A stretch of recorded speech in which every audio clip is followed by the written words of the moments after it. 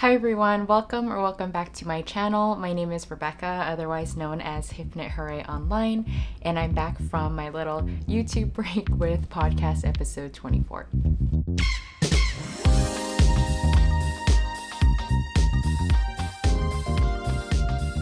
So it's been about 2 months since I last filmed a video. I took a bit of a break, as I mentioned.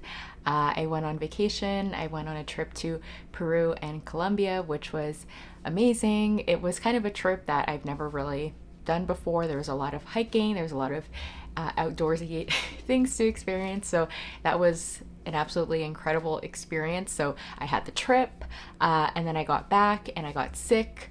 And so I had to be just totally horizontal for about a week, maybe a little bit longer. I just couldn't knit at all. And then I've just been busy with summer things. The weather's really nice outside. So I just took a bit of a break, but I'm happy to be back and filming this podcast episode. It's going to be more of an update, I guess, on my whips, because in these 2 months, I just have one finished object to share. And this finished object took me about an hour to finish, but I needed 2 months to just sit on it and finally decide to sit down and do it.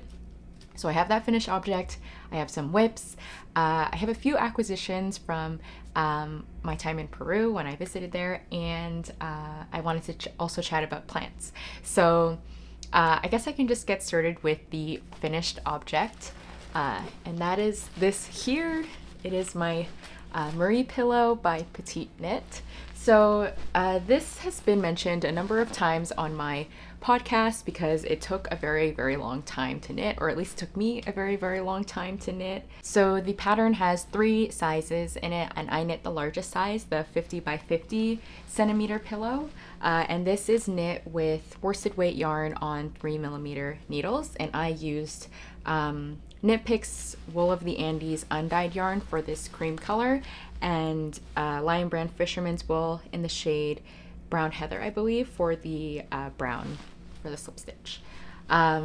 So in terms of the pattern itself, this is a very, very straightforward pattern. It is essentially just a panel, a knit square. I think one size is a rectangle, but the pattern is just for a square. And I say it was very simple, but I still spent the money on this pattern because I didn't want to do the gauge math. I was a bit too lazy. So even though I say it's a very simple pattern, I still got it. So for this pattern, I guess there's not really any complaints. It's a petite knit pattern. So for me, I found it to be very well organized, very clear, and easy to follow. There are also video tutorials that accompany this pattern. They are publicly available on Kimmy Moncombe's channel, but I guess in collaboration with Petite Knit, that I found was very helpful for this pillow. This slip stitch can be done in one color, it can be done in 2 colors like this, or it can be multicolor. So I think it would also be a really cool scrap yarn project, and since you sew in a lining at the back, you don't really need to weave your ends in afterwards. So I think that would be really nice, but I did the 2 color version, so there was a video tutorial for that, and there was also a tutorial for sewing in the lining, which I thought was really helpful as well. So in terms of the pattern, no complaints really. There is one thing that I don't know if it could have been improved with the shaping of the pillow, or maybe it's just my sewing, but I do find that the corners of the pillow here are kind of upturned, kind of like little dog ears, and I don't really know if I could have done anything to fix it, because I think when you can sew pillows, you cut the corner here, I want to say, so it's more of like a rounded edge, or more of like a crisp edge than a dog ear, because it's kind of flipped up like that, if you can see. So I don't know if that could have really been fixed at all with like the knitting process of the panel and also the shaping of the back, maybe. But that's just like a minor thing that I noticed about how the pillow looks. All in all, it's just a really nice pillow. In terms of the knitting experience itself, there's a few things that I kind of really struggled with that I hope to share so others don't go through this as well. So the first is this pillow is very, very difficult to knit. As I've mentioned, I think every time I bring up this pillow in a podcast, it's knit with worsted weight yarn on 3mm needles for a very tight gauge. So I think it works well because you don't really want to see the pillow insert underneath, so it's really dense, and I think it's going to be a very sturdy cover. But that being said, it's very difficult to knit, so I really couldn't knit on it for very long before I needed to take a break. And I think also my gauge was starting to change just as I was working on this project. Maybe I was just getting more comfortable with the stitch pattern, or I don't really know, but basically the cast on edge was very tight, and then as I was knitting it, it was kind of looking more like a trapezoid and going out. And so to counteract that, I sized down even more to a size 2.5 millimeter needle for the rest of the panel to try and cinch it back in. So the middle of my panel is much wider than the beginning and end. And I feel like this changing gauge really impacts how you are able to sew the panel on, because with the 2-color garter slip stitch, I feel like if you don't sew it right at the edge and keep a straight line here, you can really see it, at least at the side. This might be something that only I, as the maker, would notice, but no one's really looking at the side of your pillow like this. But if you don't sew it straight along this knit panel here to correspond with these little bumps, I feel like you would be able to tell.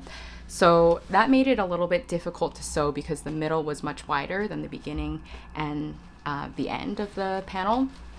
So I would say, just as you're knitting this, maybe just hold up the start of your panel to where you're working to see if it's straight, and if not, you can counteract it much quicker than I did.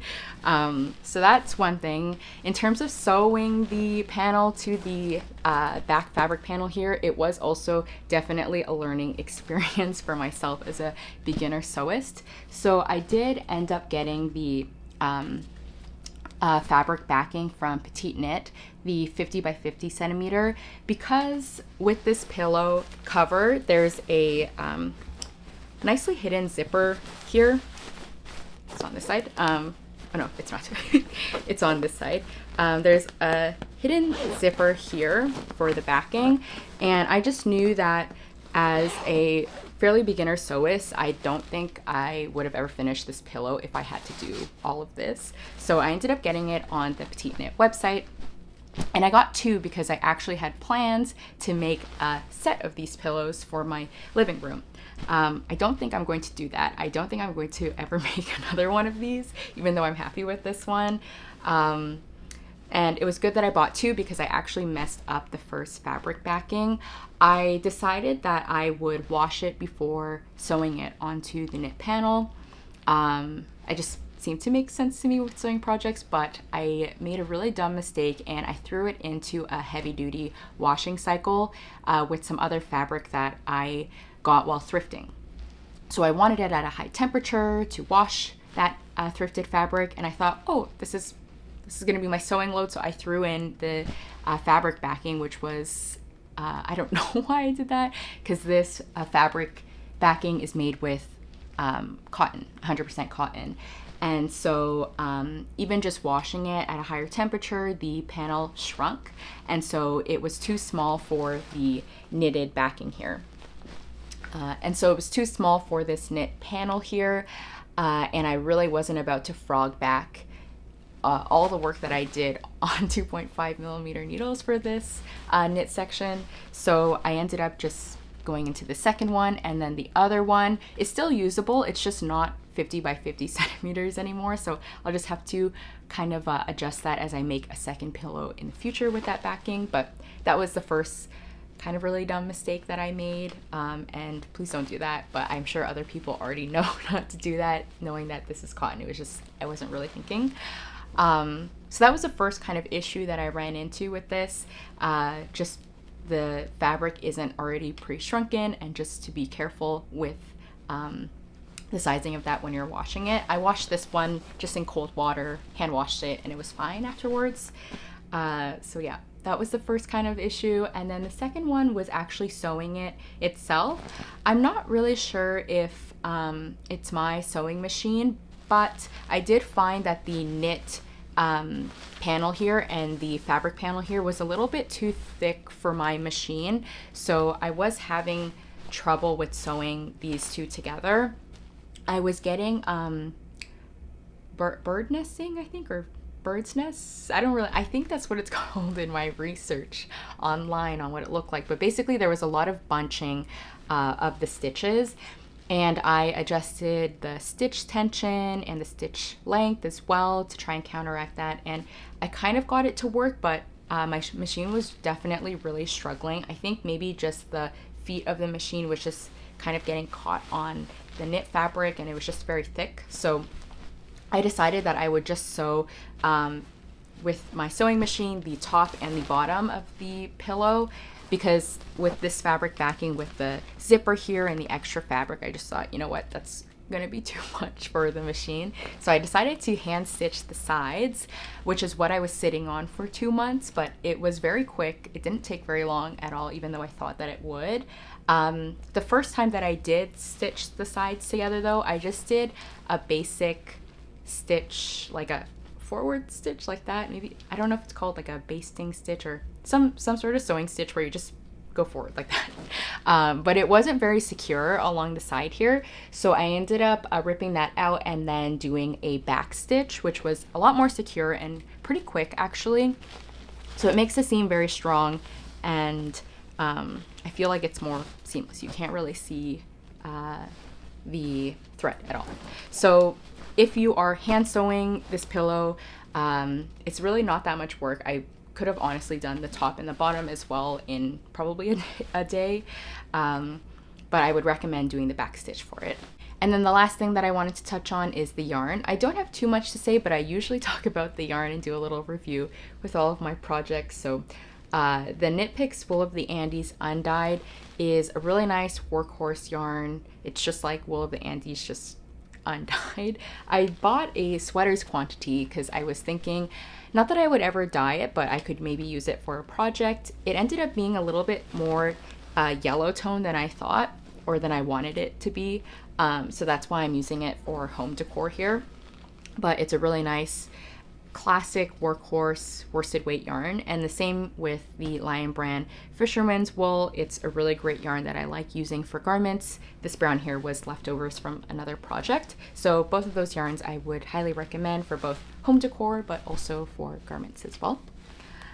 So that is the first and only finished objects, and moving on to BIPs. I have 3 sweaters that I wanted to share. I won't start with that one, maybe these 2, that are kind of all in similar stages. And I don't have much progress on the first 2, so I'll just share those quickly. So the first one is my No Frills sweater. This update is going to be really quick because I don't have that much of an update. So this is a pattern by Petite Knit. It's knit with fingering and lace weight yarn on 4mm needles, but I'm sizing down to 3.5. It's top down 1-stitch raglan. I'm sure people have seen this sweater, are very familiar with this sweater. It's very popular. Since my last podcast episode, all I've done is just more and more rounds of stockinette. I think I'm almost ready to start working the 1x1 rib for the bottom body ribbing. But yeah, that's all I really have done so far. This is kind of just like a little check-in, and this project was really nice to have as I was recovering, and I was just bored but couldn't really do anything else besides sit in bed. So yeah, this was a great project to have, and that's really all I have to share on this one. The next one is another sweater where I don't have too much of an update, but a little bit more. This is the Tulip Loop sweater by Other Loops. And this is a top-down drop shoulder sweater knit with, I think the pattern calls for a heavier DK weight yarn, but I'm using fingering weight yarn and lace weight yarn. The 2 yarns are from Knit Picks. I have a lot of excess slack yarn here right now, but these are the 2 yarns here. Knit Picks Palette and Knit Picks Aloft, which is the Mohair, both in the shade Tarragon. And since my last podcast episode, all I've really done is finish the 1x1 twisted rib, and then now I'm on to the first sleeve. For this twisted rib here, I didn't size down on the needle size just because I didn't want it to cinch in too much. And so I'm happy with how that's sitting, but I kind of wish that maybe I did a split hem. I think the Tulip loop vest has a split hem and it looks really beautiful. I think the back might be slightly lower than the front in that one too. So kind of wish that I did that, but not about to rip that out. So I have that done, and then the sleeve here, I've done one cable motif here. So for this sleeve, I don't think I mentioned, but I'm knitting kind of off gauge, so I am sizing down to a 3.75 millimeter needle because I'm working with a different gauge, and I didn't really like how the gauge looked on 4.5 millimeter needles, which is what the pattern calls for in this yarn. So sizing down, which means sizing down in the needle size, which means I'm knitting a size medium, and it's going to fit kind of like an extra small. So for the sleeves here, I was following the size medium, but I actually want these sleeves to be kind of as wide as possible, but you kind of are limited with the stitch pickup because you need to maintain this 3x2 rib pattern with the cable on the top. So you can really only pick up, I guess, in increments of 5 to make it work. So I ended up picking up the number of stitches that correspond with the size small and large. It's the same pickup rate for those two sizes, and it ends up being 5 stitches wider, just because I want the sleeve to be a little bit bigger. So I'm doing that right now. There are some short rows. I don't know if you can tell, but there are short rows to create a little bit more fabric along the top. Maybe could have done a few more short rows because the short rows don't go all the way till the bottom, like the beginning of round. Maybe if I did a few more of those, but I didn't bother while knitting this. I think it'll be okay, but maybe that would improve the fit a little bit more. And then now I'm just working in the round. There are some decreases at the beginning of round here. I did find that the decrease instructions in this pattern to be a little bit confusing, mainly just because they're described. You work the decreases here at the center here, and I think the instructions say that if you are decreasing a knit stitch, you do this. If it's a decrease round with purl stitches, you do this. But the way that the beginning of round is placed in this sleeve, you start off with the knit 3 and then you end with the purl 2. And so, I don't know, maybe I'm not understanding it correctly, but I guess for me, if you're doing that, the beginning decrease will be knit, but your decrease at the end will be purl. So it doesn't really line up in the instructions. So all I did is just adjust where the beginning of round was and didn't decrease on one side. So now it all lines up. So as you can see here, there's going to be, where's my beginning of round? I'm on a decrease round here, but now it lines up where there's going to be the same number of knit stitches and the same number of purl stitches on either side of this beginning of round. So just a small modification. I don't know if I'm just misinterpreting the instructions, but that's kind of what I noticed with the decrease rounds here. So just doing those decreases in the rib pattern. And I don't think you do it for the entire sleeve, just a few decreases, and then you just knit it straight down for the rest of the sleeve. So I have this sleeve to work and the other sleeve and then the neckline, and then I'll be done. So that's my update on the Tulip loop sweater.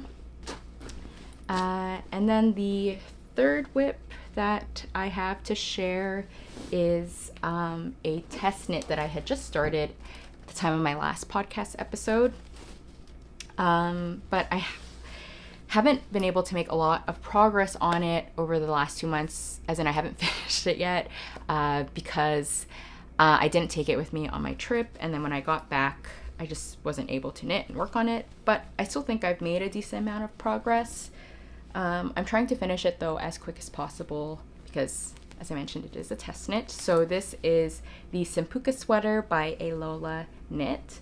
And if I'm remembering correctly, I think this is her first ever design, but it's not her first published design. It's been a design that's been in the works for Rita for quite a while now.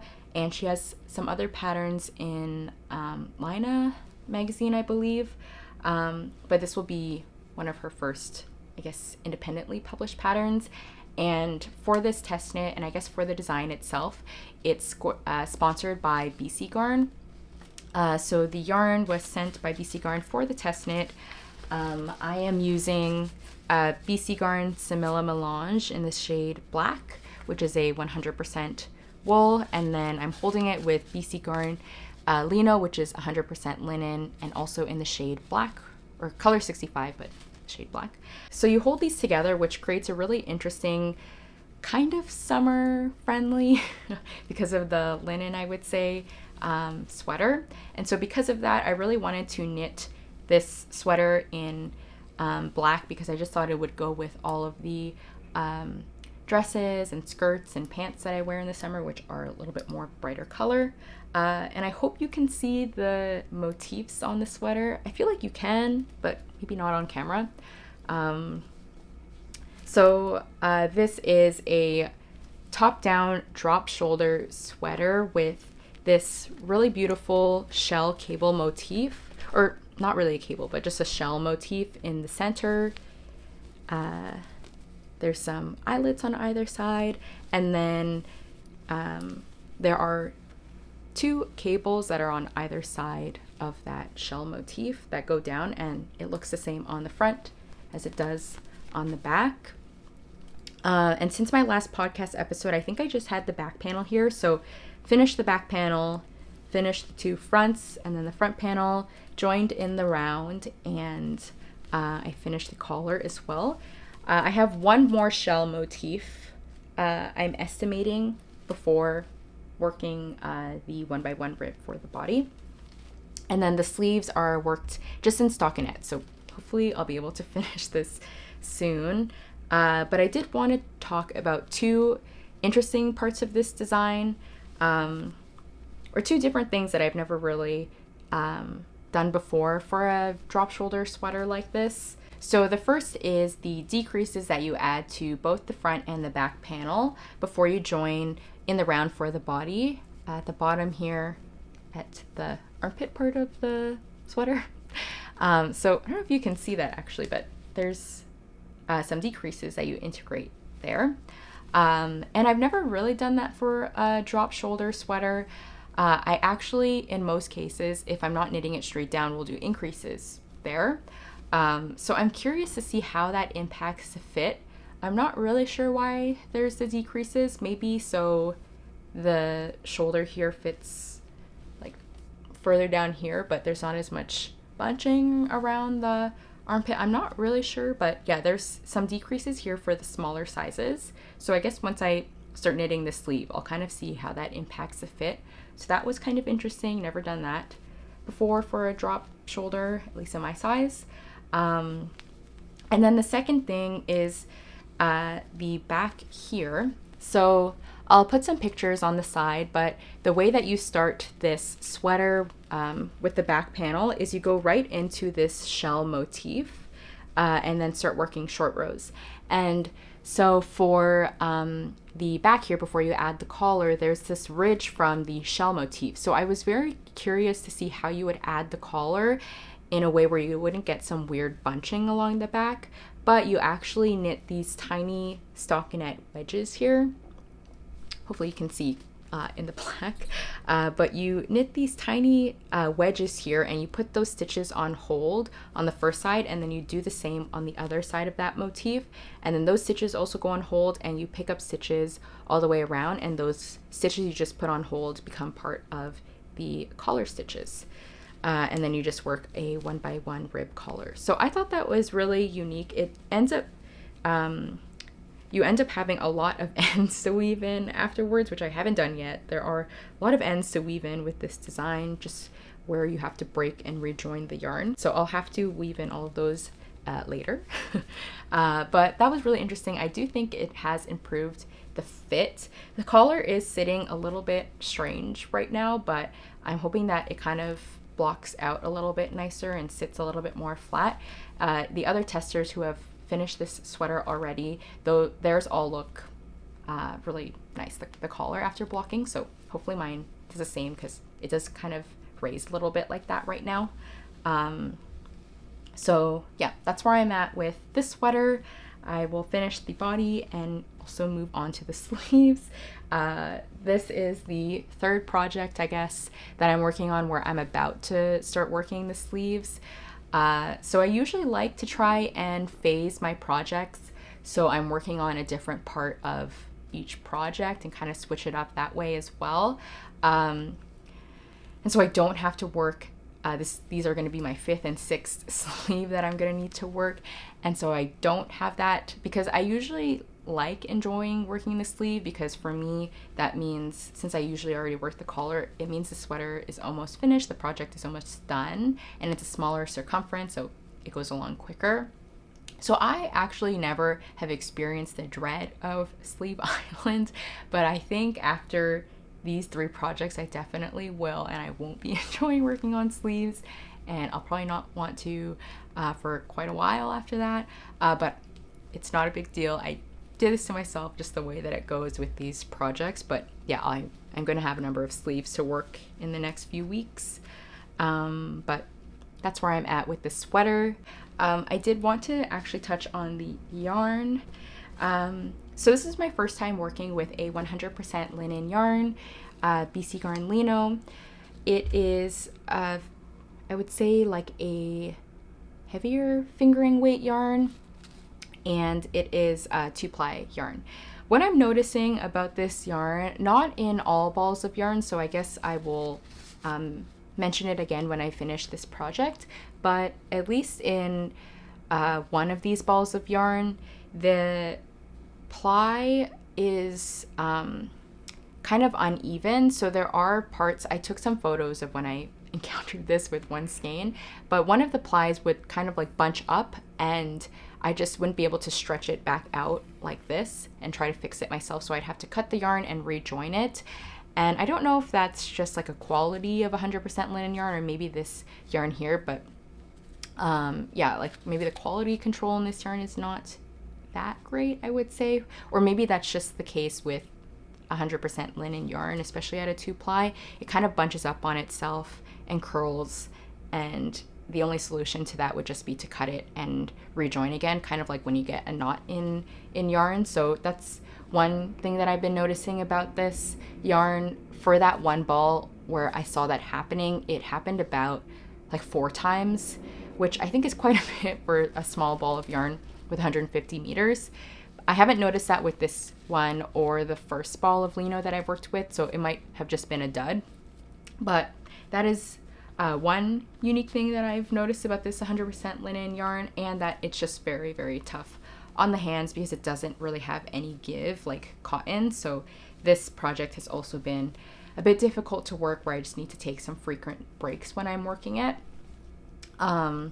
But maybe with the stockinette sleeves, it will be a little bit easier. But yeah, a little bit tough on the hands, and not too sure about that uneven ply with this yarn. But overall, I do really like the finished fabric.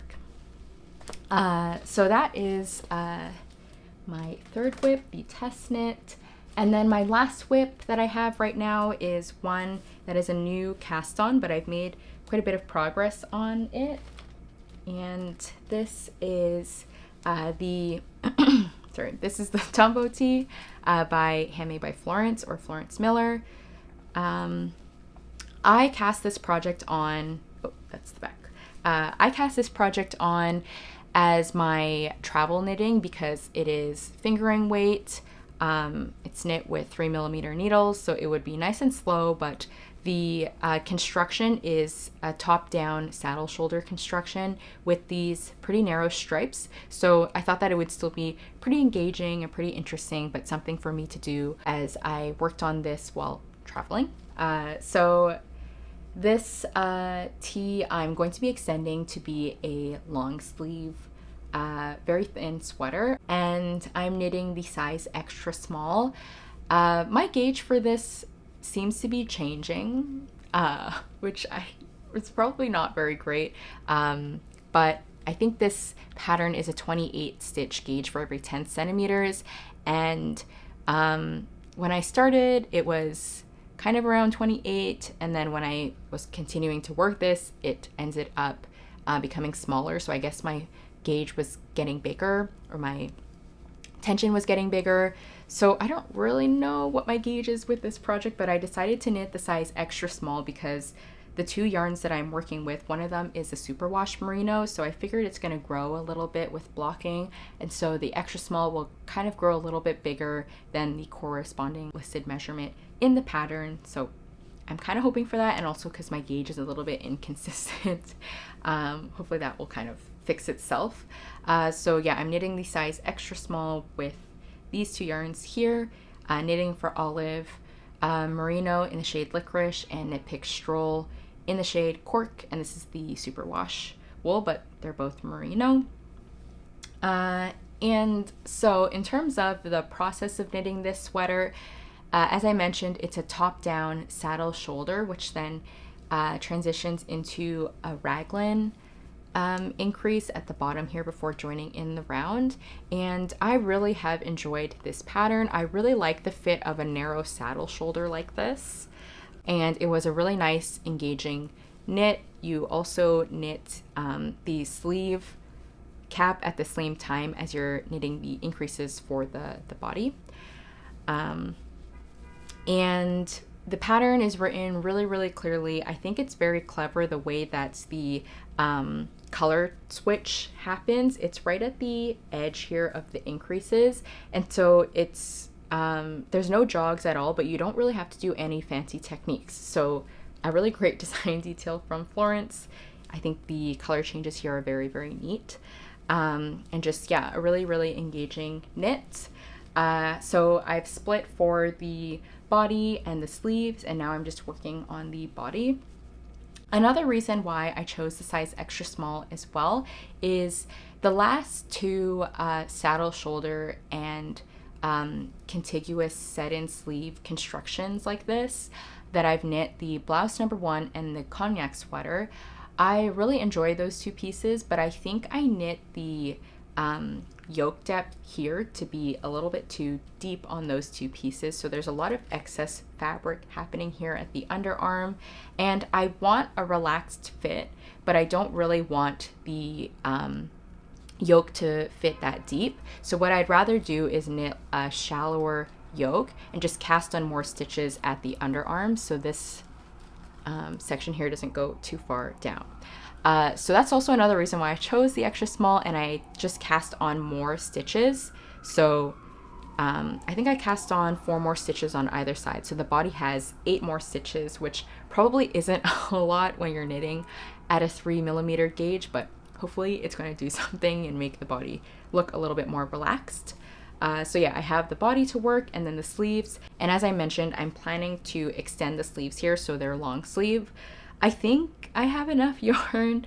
I usually play yarn chicken. I do think I have enough, but I will probably just knit the sleeves first before I finish the body and extend those to the length that I want before finishing the body. So that's where I'm at with this piece. I'm really happy with it, and it's just a really nice portable knit to take around. So those were all of the whips that I have to share. I did want to mention my acquisitions now and talk a little bit about the trip, and then I'll get into some plans. So in terms of the trip, I went to Peru and Colombia, and it was an incredible trip. I went to, in Colombia, Bogota and Medellin, and then in Peru, I went to Cusco. We visited some small towns along our hike to Machu Picchu. We did the Inca Trail, and I also went to Arequipa in Peru. So yeah, it was an incredible trip, as I keep mentioning. Really not a hiker at all. In Toronto, we are right at sea level, and it's very flat. It's a very flat city, and so I'm not really used to being able to do some intense hiking, so I was a little bit nervous for this trip, but was trying to do some cardio training and strength training before, which I think sort of helped. But I think what I learned about myself is I do not do very well at a high altitude. I think my ancestors were very lowland sea level people. So I did experience some altitude sickness while hiking and just being at a higher altitude, which is not great, but I learned that about myself. So now I know that in future trips. But I wouldn't change anything because I thought that the views and just the overall experience of being surrounded by nature was just incredible. And I didn't think that I would actually enjoy it as much as I did, to be honest. But yeah, it was a great trip. And as part of the trip, because I was going to Peru and just looking at yarn labels as I knit, a lot of yarn or a lot of the wool is from Peru. So I was really excited to check out some local brands in Peru and see what kind of yarn they had to offer. But I was actually surprised when I went to Cusco and Arequipa. Maybe it would be different in Lima. I'm not really sure, it's a bigger city, but there wasn't actually really any yarn stores in Arequipa, and there was just a few yarn stores in Cusco. One of them that I had planned to go to was a little bit further out of the city center, and it had really great reviews, but it seemed like it was more of a boutique store, so all of the yarn was mostly behind the counter and you just work with the associate there to get what you want. But my Spanish skills are not great, very, very lacking. So I would need my boyfriend to just translate, and I just thought, oh, I might have to make decisions on the spot. So I decided not to go there just in the interest of time and that shopping experience. But I kind of regret not going there as well because it seemed like a really beautiful store and the reviews were great online. I ended up going to a store called Soul Alpaca, which is more of a commercial clothing store. They sell clothing that is made from 100% baby alpaca from Peru, but they do have a pop-up with a local Peruvian yarn brand, and they have their own in-house yarn. So I ended up going there on one afternoon and getting some yarn. So I will share it here. The first is from the pop-up section in the store. I've never heard of this brand before, but it is Tejer es cool, in my really bad Spanish pronunciation. But I got these 3 yarns here. I didn't want to get too much yarn because I do really like going to yarn stores when I travel. It's really cool to experience and see, but I end up getting too precious about the yarn. There's yarn that I bought a few years ago now, like 3-4 years ago now, that I just don't want to use because it's just a nice souvenir and memento, but I know I shouldn't be too precious about the yarn, so I didn't want to get a sweater's quantity and have so much of this yarn that I never want to use. These ones I think I will. I already have plans for it, but I just need to be less precious about them. So I just got 2 skeins here of Belen, which is 65% Peruvian wool and 35% alpaca. A lot of the yarn in this pop-up was 100% alpaca, and so this one stuck out to me because it had the Peruvian wool. And I do like alpaca, but I'm not really sure if I'm sensitive to it. I haven't knit a 100% alpaca project before, but I did work with alpaca making some small ornaments, and my hands got really hot. And so I don't know if I have a sensitivity to it when I wear it, so also didn't get a lot to just make some smaller accessories. But anyways, I got this yarn here. This was 15 soles, which is around $5.60 Canadian. So pretty affordable for this wool. I would say it's 50 grams and 210 meters. So I got this yarn here, and then this green is from that pop-up, but I got these 2 other colors here that I think are going to correspond really well for a pair of color work mittens, potentially. So this is from that brand Tejer es cool. It's 100% baby alpaca, and it's DK weight. This one I want to say was around 25 soles, so maybe like $6.50 Canadian if I'm doing the conversion correctly, and I got it in this really beautiful green. And then the other 2 are from that in-house Soul Alpaca collection. It's 50 grams and 167 meters, so a little bit thinner than this green one, and I got it in this really beautiful blue and really beautiful white shade. These yarns were a little bit more. I think they were 45 or 50 soles, but they were on sale for 30 soles, so around $11 Canadian. And I thought that these colors all correspond really well together for a pair of colorwork mittens, maybe like a pair of Latvian mittens. I think that these would be really beautiful in some sort of floral motif. So that's what I got these for, and hopefully I don't become too precious over these yarns and I cast something on this winter. So those are the yarns that I got on the trip. So yeah, that was the yarn. And even though we didn't come across a lot of yarn shops, at least in the places that I went to in Peru, we did see a lot of woolly animals. We saw a ton of alpacas and llamas, and also vicuñas, which I was really pleasantly surprised to see. I guess I learned from the knitting trivia that I did with Venetia of the Woolly Worker, I guess 2 years ago now. Through that trivia, I learned that vicuñas produce the most expensive wool in the world. And I think it's the microns in it. I don't really know the terminology that well, but it's finer than cashmere, and so it's a very high quality yarn. And because vicuñas are wild animals, it's very hard to source their wool. And so I knew that it was very expensive yarn, but I never thought that I would be able to see vicuñas in real life. But on one of the days, we went to a national reserve, and in that national reserve, it's protected land where vicuñas live. And so when we were at that national reserve, we saw a lot of small groups of vicuñas, which was so incredible to see as a knitter. I think the guy that we were with was really amused that I was so excited to see all of the animals, especially the vicuñas.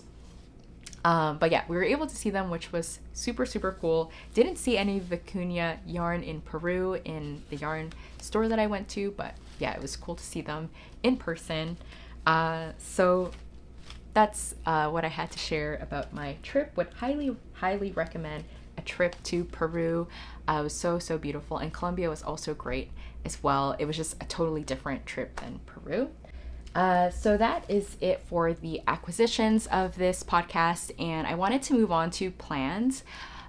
So this is the first time on my channel that I didn't do a seasonal planning video, a summer knitting plans with stash yarn video, and I've come to realize how much I really relied on those videos to be organized and kind of on track with my knitting plans, because right now I'm feeling a little bit unsure of what I want to knit. Do I want to cast on a summer knit because we're already in August, or do I just want to move on into fall knitting? I don't really know, and I'm feeling a little bit of decision paralysis with choosing my next project, which sounds so dramatic, and it really is, but I just don't really know what to make next. So I was doing some Ravelry browsing, and I think I picked a few projects, and I want to film a project vlog because I had a lot of fun filming my Lakes cardigan project vlog. So I think I'll film a vlog out of one of these projects as well. Thinking if I do the summer top project, I'm thinking the camisole number 10 with the crochet edging. I haven't really felt very motivated to cast on a tank or top this year, just because I think it's been so hot, and so I wouldn't even wear it in this 35-40 degree heat. So I haven't really felt very motivated, but maybe I would knit the camisole number 10 because the crochet edging is just really beautiful. I think I've just been seeing a lot of camisole number 10s and just designs with that crochet detail. So maybe that, and I'll film a little vlog, or I was thinking I'll just move on to a more of a fall project and knit a wrap cardigan. I was thinking the late summer wrap cardigan by Knitting for Olive, or the Darling wrap cardigan also by Knitting for Olive. It's kind of a similar silhouette but worked in all over rib.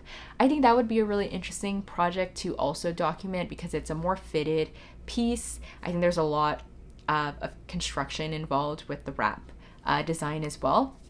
So maybe those two, I don't really know, but I'm thinking I have the yarn here, and it's probably been in the background of my videos since the beginning because this yarn has always been here at the top and I just have never used it yet. But there's been a number of plans, I guess, that I've always had in store for this, and it just keeps changing. But Santa Scar on Sunday and then Drops Kid Silk, I'm thinking maybe it would be a really nice basic piece in a more fitted wrap top like that. So I'm thinking either that. So one of those three projects I'll probably cast on next and have some fun filming it. So yeah, I would love to know if any of those appeal to you as something you would like to see more of in a vlog. Just because I'm hoping that the vlog will be interesting for people to watch. So if any of those projects appeal to you and you would want to see more of the process, let me know down below. So yeah, that's kind of what I have in store in the next month or so before we get into fall. So thank you so much for watching, and thank you so much if you've reached this point of the video. I will continue working on some of my whips. Hopefully I was able to keep you company, and you will see in my next podcast episode, I guess, what project that I pick as my next cast on. So yeah, with that, I think I will say goodbye and happy knitting.